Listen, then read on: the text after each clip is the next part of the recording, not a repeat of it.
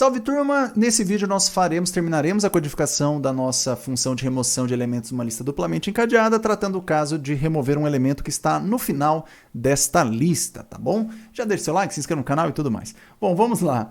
Então vamos supor que nós queremos remover dessa lista aqui o elemento 7 e aqui ele está no final da nossa lista. Segundo nossos slides, o algoritmo nesse caso seguem os mesmos passos da lista duplamente encadeada, apenas atualizando o encadeamento circular. Então eu tenho um esboço aqui para facilitar o nosso caso, né, os nossos desenhos. Então o que eu tenho? Suponha que eu tenho essa lista aqui, eu quero remover o elemento 7, que está aqui no final. Então o resultado que eu quero no final das contas após a remoção é esse aqui, ó, sobrar o 10, 2, o 4 e o 5.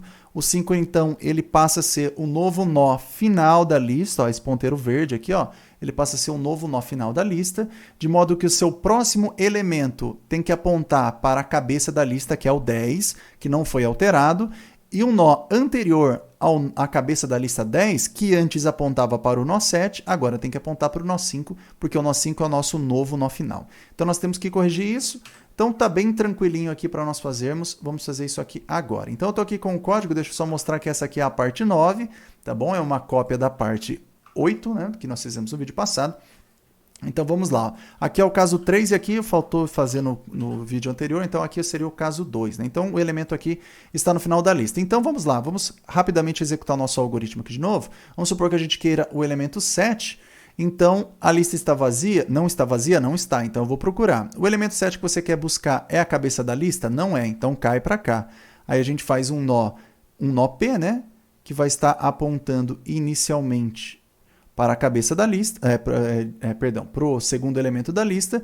Então, enquanto não chegar no final da lista, o que eu vou perguntar? Eu vou perguntar, o valor desse nó P, ele é igual ao valor que eu estou buscando? Não é. Então, vá para o próximo. Ele cai nesse else aqui, ó. Vá para o próximo. Então, eu vou para o próximo. É igual ao valor? Não é. Vai para o próximo. É igual ao valor? Não é. Vai para o próximo. É igual ao valor? É igual ao valor. Então, ele vai parar aqui, né?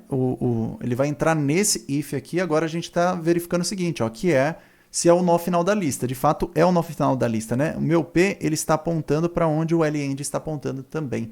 Então, é o nó final da lista. Então, vamos começar. Nós temos alguns modos de fazer isso aqui. Eu vou começar pelo modo mais claro e depois a gente vai otimizar o nosso código para ver que dá para ter uns truques aqui que dá para a gente economizar várias linhas de código aqui. Então, a primeira coisa que nós podemos fazer é o seguinte, ó. Eu posso primeiro atualizar o ponteiro para o fim, né? Meu fim não vai ser mais o nó 7, meu fim vai ser o nó 5, né? Então, o que nós podemos fazer? Eu posso falar aqui agora o meu LEND, ele seja igual ao nó 5. Quem que é o nó 5? O nó 5 é o pprev, certo? Ou mesmo o LENDprev. Então, em ambos os casos, né, tanto o pprev quanto o LENDprev, eles estão apontando para o nó 7. Eu quero achar o nó anterior dele, então eu poderia fazer assim, LENDprev. Poderia fazer dessa forma. Ou eu poderia fazer, sei lá, com P, né? Poderia fazer com pprev também, que daria certo. Vou deixar o pprev aqui. Então, fazendo isso, o que nós estamos consertando aqui é esse ponteiro, ele para de ser esse valor aqui, o 7, para de apontar para cá, ele está apontando aqui para o 5. Muito bem, corrigimos isso. O que nós precisamos fazer agora é o seguinte, ó. Podemos falar que agora o nosso nó 5, que é o nosso novo nó final, posso falar que o próximo elemento dele seja igual à cabeça da nossa lista. Então, eu faço o seguinte, ó, LEND, que é o meu nó 5 agora, next, seja igual a quem? Seja igual ao LBegin. Posso fazer desse jeito. Então, o que eu estou fazendo aqui? O LEND, que é o valor 5, ele seja agora o meu LBegin. Então, ele está apontando para cá. Beleza? Fiz dessa forma. Agora nós precisamos atualizar o nó anterior à cabeça da lista, porque o nó anterior, a cabeça da lista é o nó 10, não foi alterado, o nó anterior dele está apontando para o 7, que vai ser removido, então tem que fazer apontar para o 5. Então basta que eu faça assim, ó. Eu faço LBeginPrev, aponte para o LEND. Posso fazer dessa forma. Então o que eu estou atualizando? Estou atualizando esse valor aqui preto, ó. Deixa eu ver se eu consigo apagar assim, acho que consigo. Então, apaguei ali também um ponteiro laranja, mas não tem problema, eu faço ele já já. Estou mandando ele fazer aqui, deixa eu corrigir esse ponteiro. Muito bem, a gente fez isso. O que eu preciso fazer agora então? Já corrigi os encadeamentos, como a gente tinha, não tem mais nada de encadeamento para corrigir.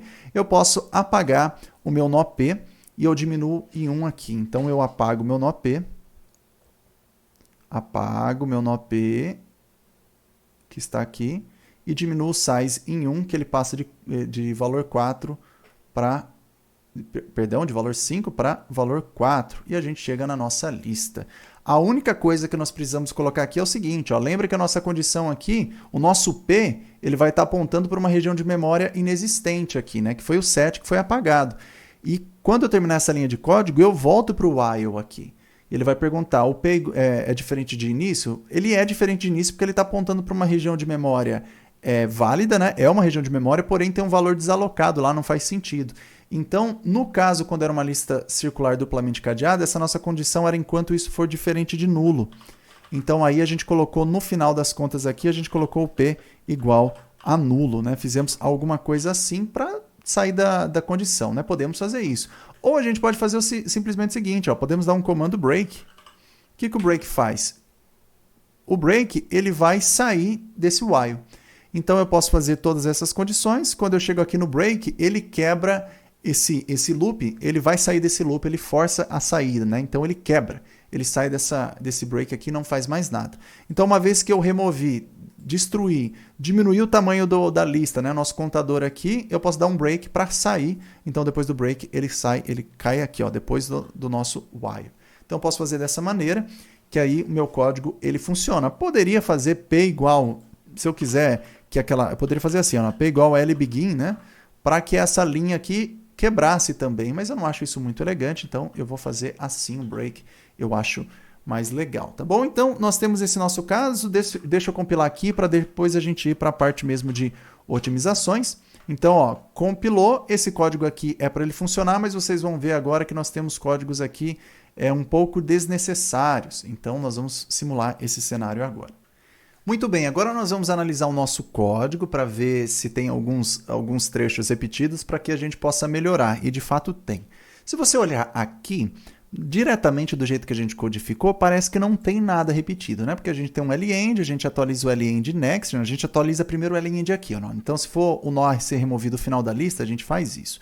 Atualiza o LEND next, LBegin prev, né? A gente faz isso e aqui não tem nada de LEND, nada de LEND prev, né? Então, aparentemente, não tem nada, mas na verdade tem. A gente tem replicação aqui implícita. Note que aqui nessa linha 233 eu estou falando que o meu LEND é igual a pprev. Então eu estou fazendo isso aqui.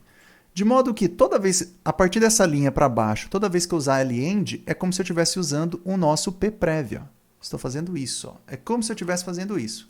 Então, novamente, ó, aqui eu fiz 233 LEND igual a pprev. Ambos estão apontando para o mesmo lugar. Então, se eu uso o LEND, eu poderia usar o pprev também, que ele vai apontar para o mesmo lugar. Então, a gente poderia fazer dessa forma aqui. Então, só olhando aqui, a gente já começa a ter que nós temos uma atualização, né? Ó, lprev e next, aqui começa a ter alguma coisa igual. Então, esse é um primeiro ponto. Um segundo ponto, ó, então a gente tem... Opa, deixa eu voltar aqui. Então, deixa eu voltar aqui. Ó, aqui poderia ser, então, o nosso... Ao invés de LEND, poderia ser o pprev. Mas agora vamos analisar uma peculiaridade que temos aqui. Ó. Se o P é o meu nó final, quem que é o pnext? O meu pnext é quem? Ó? O P é o nó final, certo? Nesse caso aqui, quem que é o pnext? Ó? O meu pnext é o LBegin. É exatamente o LBegin por conta desse loop. Ó. Então, o pnext, nesse caso, ele aponta para o LBegin. Então, ao invés de eu escrever LBegin aqui, quem que eu poderia escrever? Poderia escrever pnext, porque nesse cenário é a mesma coisa. E agora, olha só o que está acontecendo aqui. Ó. Quando a gente analisa, ó, essa linha de código 234 é igual à linha de código 239, e a linha de código abaixo, ó, a linha de código 235 é igual à linha de código 240. Então, só usando pelo P, eu não preciso, então, ter esse caso 2, porque sempre os passos do caso 2, né, que é no meio da lista, sempre vão acontecer, inclusive para o caso 3. Então, isso sempre está acontecendo. A única coisa que eu faço é que no caso da lista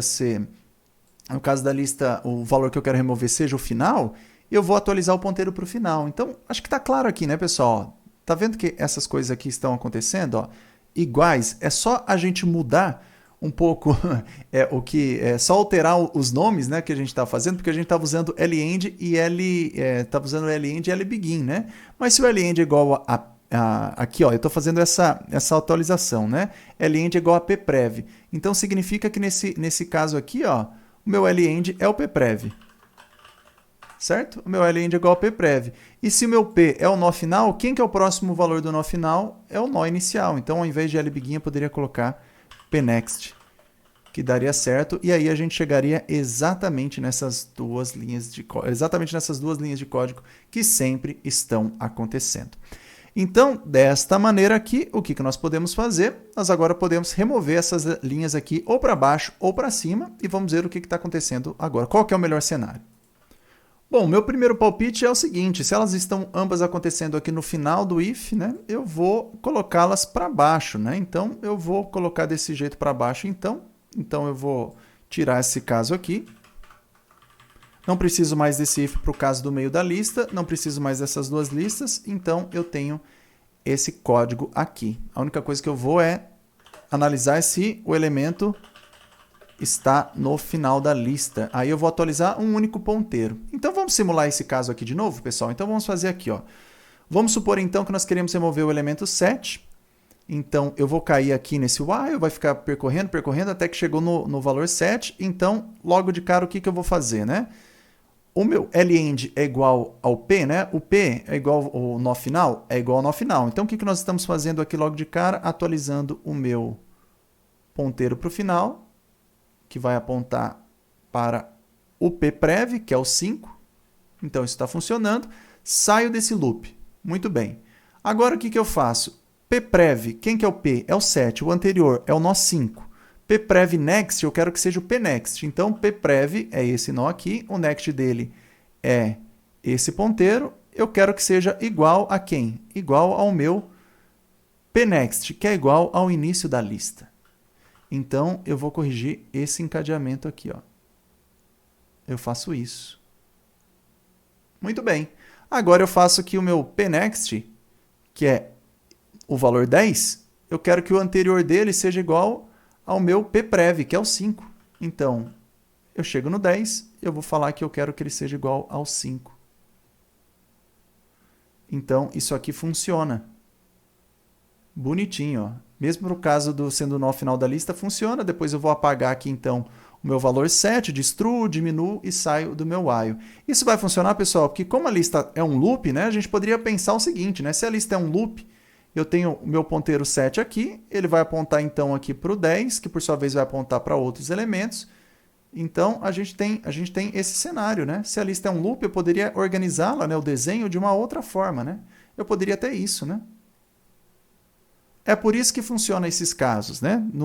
Esse if else é por isso que funciona. Porque se eu organizar a lista de um outro jeito, né? A lista é um loop, então ela nunca tem um valor nulo, por exemplo.